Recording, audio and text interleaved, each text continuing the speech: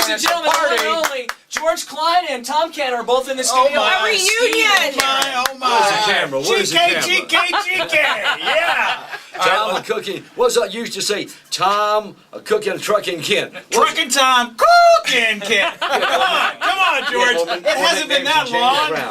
We got to set this up now. Back in 1974, was it? I don't remember the year. Tom, what I year was it? 18, 1974. 1974, George Klein is programming and, of course, on the air on HPQ. And all of a sudden, this snot-nosed kid comes up and says, "Hey, I'll work for you, George." His name, Tom Kent. Tom Kent. Tom Kent. You gave me the trucking and the cooking, didn't you? I may have. I don't remember. All I know is you came in with a U-Haul. A U-Haul. I lived out of my U-Haul. Are you kidding me? I'll never forget that. And but what I said, Conley, was I said this guy won't be around long. He's too good. Yeah. Oh, wow. And what happened then? He got hired away. As a matter of fact, tell the story about Elvis, Tom, and how You probably don't remember this, but it means a lot to me. Sure. I was on the air one night, and George came in.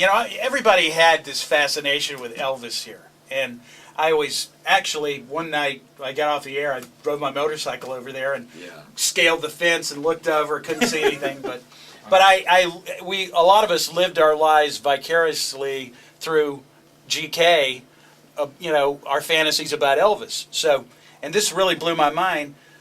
George comes in the studio one night and he says, "Hey, I was just up at the mansion and we had the radio on and, Elvis just thinks you're crazy, man. He digs your act and wants to meet you." and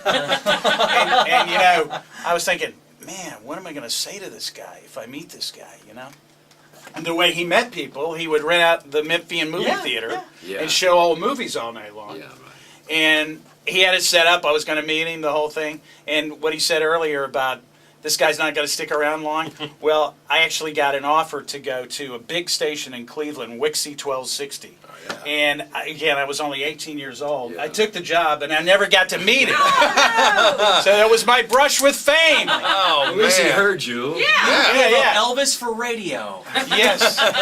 For more money, takes the gig. I got to thinking about George Klein. I'm sitting here listening to George. He's got that baritone big voice. Now imagine, you're George Klein's friend. You're going through high school. You're his buddy, and you end up, and you want to get into radio, but you got a voice like this. And you're like, thank God George got the big, ballsy voice, huh? Yeah. When I was driving in, right before I went to work for WHPQ, I started picking up. They had this huge signal at 560 a.m. Straight down to Florida. Yeah. Wow. Well, I started picking up the station. I was driving from North Carolina through Tennessee, and I think I started picking up the station just outside of Nashville in the daytime. Far, far away in the daytime on an AM station. Whoa. And I could hear George Klein in the afternoon, and I thought, man, I have really hit the big time.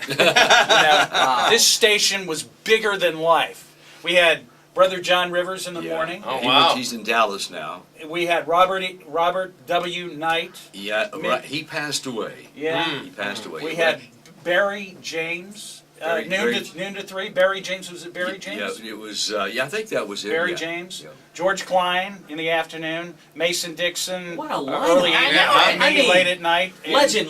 oh my gosh. Mason, I hear him all the time. He's in Tampa doing morning. My syndicated shows on there. Yeah. So, listen, Tom Kent, by the way, of course, does our evening show, and he is broadcast around the country, probably the world. Now, how many stations? 100 and 200 and... 191 You stations. can say 200. Yeah, round it up to 2. He, of course, does ours local, and then he's got these other 200. Right, exactly, which is amazing. Thank you. It sounds like he does it locally. I know. Yeah. You do a great job on that. Thank you. You had me fooled. Sometimes I thought you were actually here. Hey, Brad, you gotta go into the stop set here with the George Klein opener. How about we do... Listen to this voice. This is the voice that all of us always wanted.